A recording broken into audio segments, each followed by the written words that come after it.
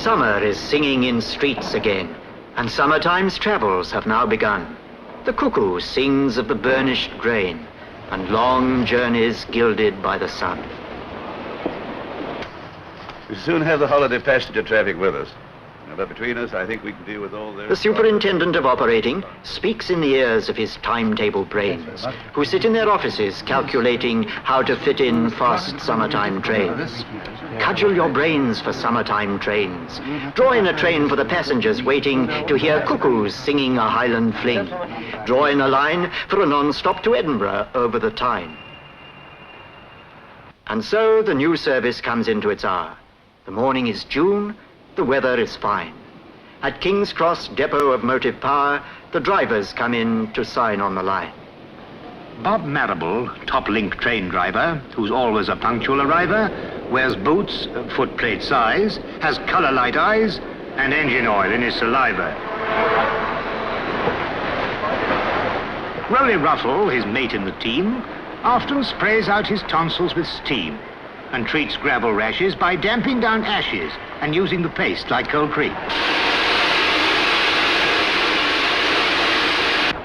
The 9:30 non-stop train to Edinburgh, the Elizabethen, will leave from platform 5. Passengers for Dundee and Aberdeen travel in the front of the train.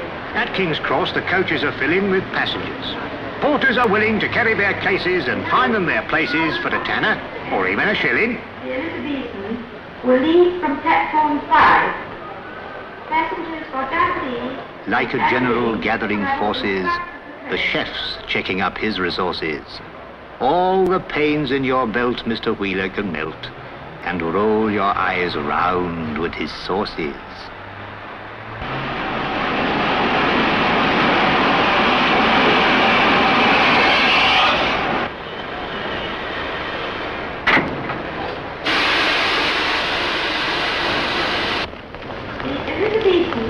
The 9:30 non-stop to Edinburgh at platform 5 is about to leave, with a passengers seated on the train.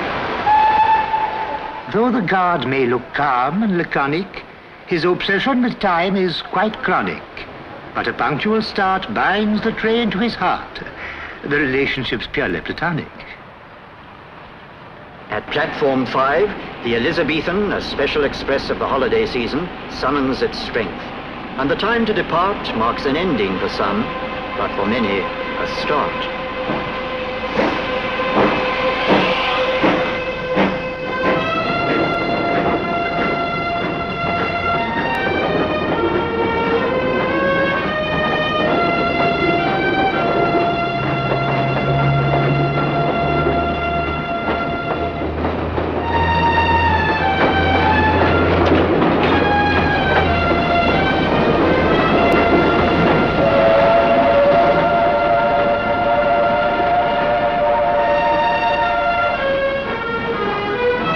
As the engine goes with a swing and a shine past the engine sheds, there's a man on the line who gave her that shine.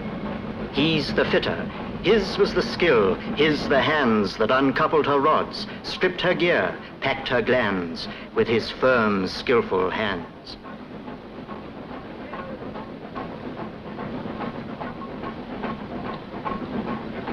And the boy was one of that servicing crew who gave care and craft to each thread on each screw and made it fit true. They're the fitters, the men with the cunning to bring through each big end and piston, valve, spindle and spring, all that power and swing.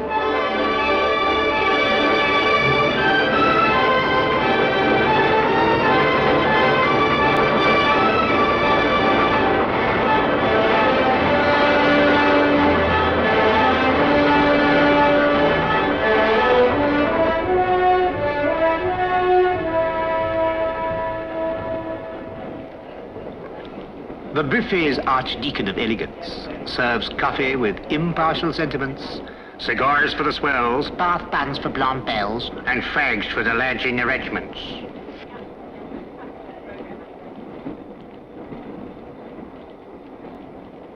The passengers sitting at buffet tables, the Howards, the Berts, the Cynthias, the Mabels, enjoying the comfort and ease in their seats, careless of crumbs in turnips or pleats, admire the gleam on the chromium plate, the polish on tables, the unfaded state of curtains and fabrics.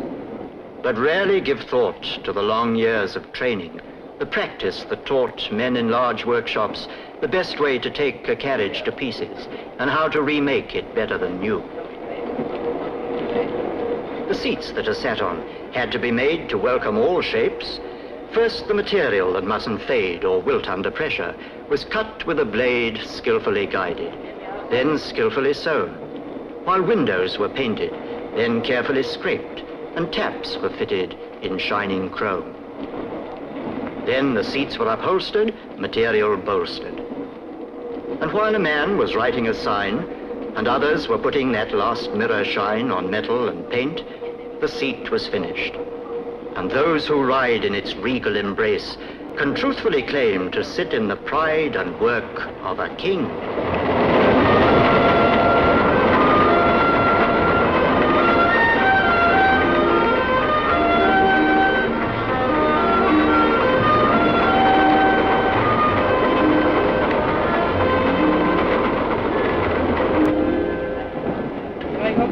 As time gets on, so people get thinner, unless they take lunch or midday dinner. So the kitchen car prepares to fill the waistcoat of Jack and the waistline of Jill.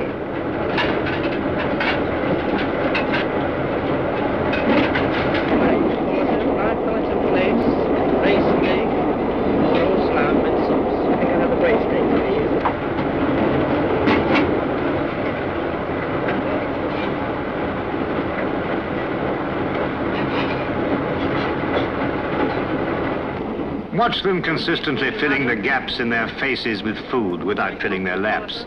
They wouldn't be eating as smooth in most cars, or ocean steamers, or even some bars. As undisturbed as Robinson Crusoe by the train's motion, they swallow their meats. What in the railways allows them to do so? One of the factors enabling these feats of filling stomachs without filling laps is the state of the track, which depends on these chaps of the maintenance gangs. The chaps who see that the rails are tight in their several chairs, who see that they're straight and on the level, unlike crooks or stairs, who see that the chairs are firmly fixed, that no evil disturbs the sleepers, who see that the gap's not been stretched in the night by clandestine creepers, who see that this very important small gap will not cause any damage by wrapping some diner's first-class Adam's apple in chicken or cabbage, who see that the passengers riding in clover can take meals on velvet and 90 or over.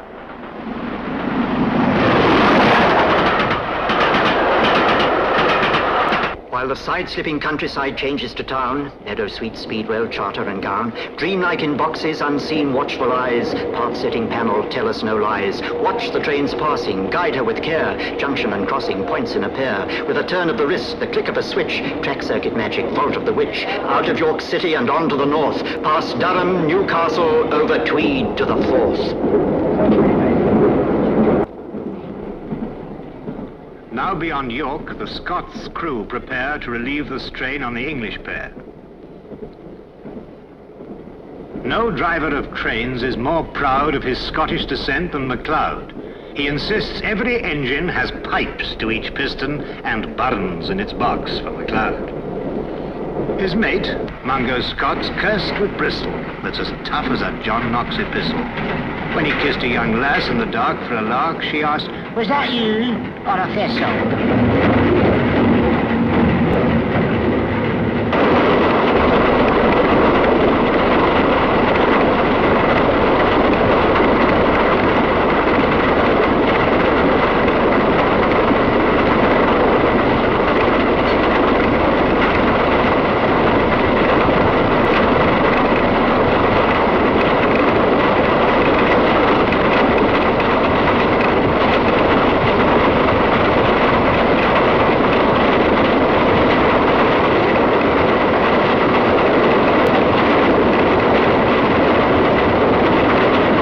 Sir Nigel Gresley designed his A4 with the speed of a greyhound, the strength of a boar. But when he put fire in her stomach, he taught her to burn with a furious thirst for water. So when she approaches a water trough, watch Fireman Mungo doing his stuff.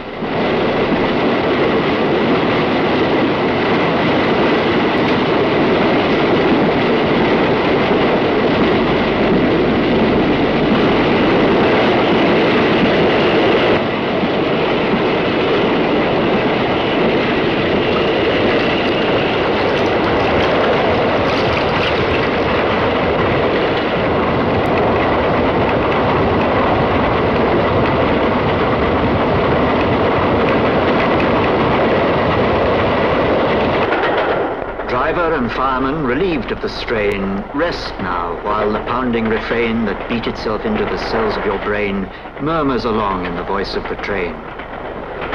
God, keep your watch on this world of corridors, coaches, while passengers curled in safeguarded rest are rapidly swirled past the vision of Durham, swiftly unfurled.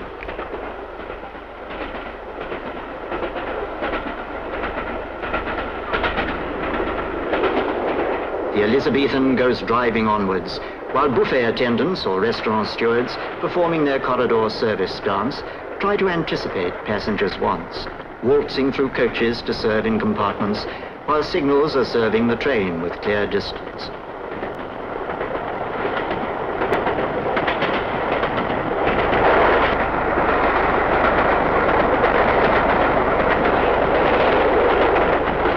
Sometimes breaking this smooth onward flow, though the home signal's clear, the distance says slow. The regulator slams shut, and the cloud clamps on the brakes. The loud hiss of steam as the train seems to slow to the pace of a cloud breaks the afternoon task and disperses the dream.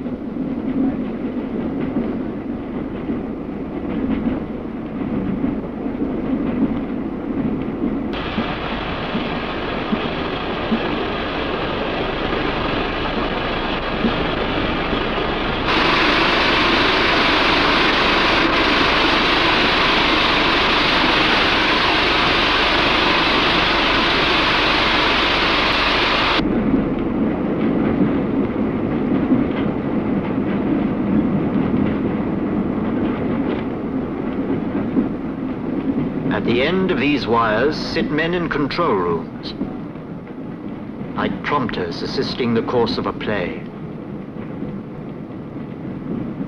breathing out words like Arabian perfumes. Too bad there's no record of just what they say.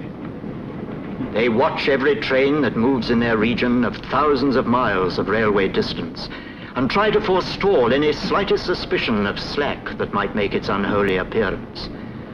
But while every passenger knows the importance of his own special train arriving on time, the men in control rooms must weigh in the balance the claims of 1,109. But the Elizabethen's a particular, special, never more smiled upon non-stop train. Nothing must stop her. The order's official, and lateness could cause operational pain. And at last, the ultimate cause of the slack over the hills far away up the line is cleared. And the train picks up speed on the track through Newcastle City and over the Tyne.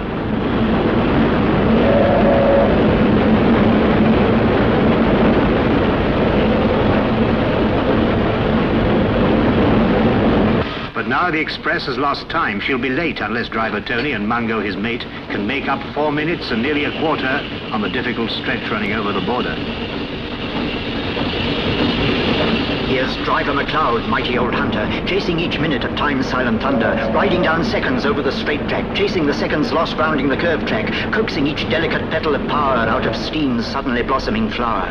Here's muscular Mungo, hard-handed toiler, who keeps water flowing round the tubes of the boiler, keeps up the pressure, heaves tons of coal on, makes sure his driver's got enough steam to roll on, bends till his backache shifts as his feet work, rhythmically swinging to make boiler heat work.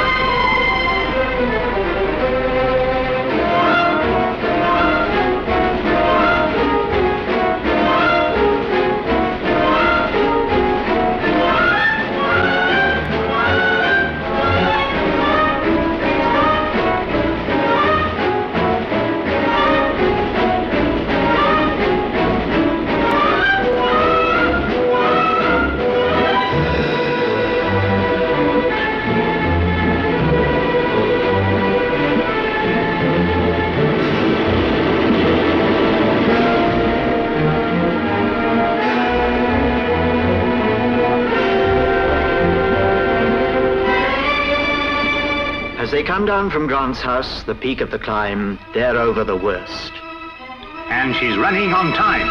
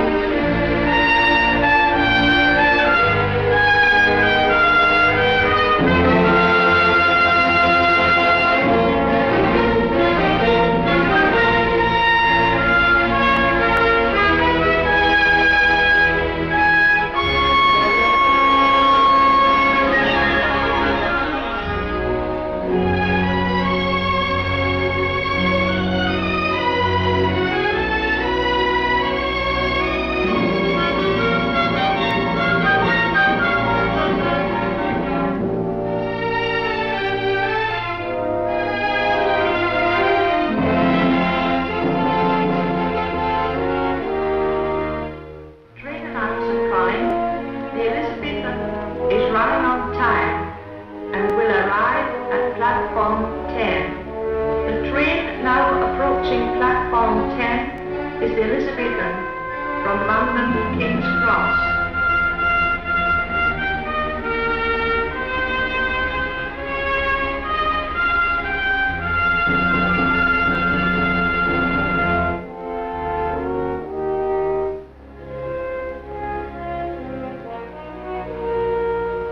Mr. Arnott of Waverley Station has a very high sense of occasion. If a train's a non-stopper, his topper is proper. His Hamburg's for trains of low station. The Elizabethen that's now arriving at platform 10 in Waverley Station left London at 9:30 sharp this morning with mothers, with sons in high expectation, with fathers, with daughters, of pounding the path non-stop from King's Cross in 6 hours and a half.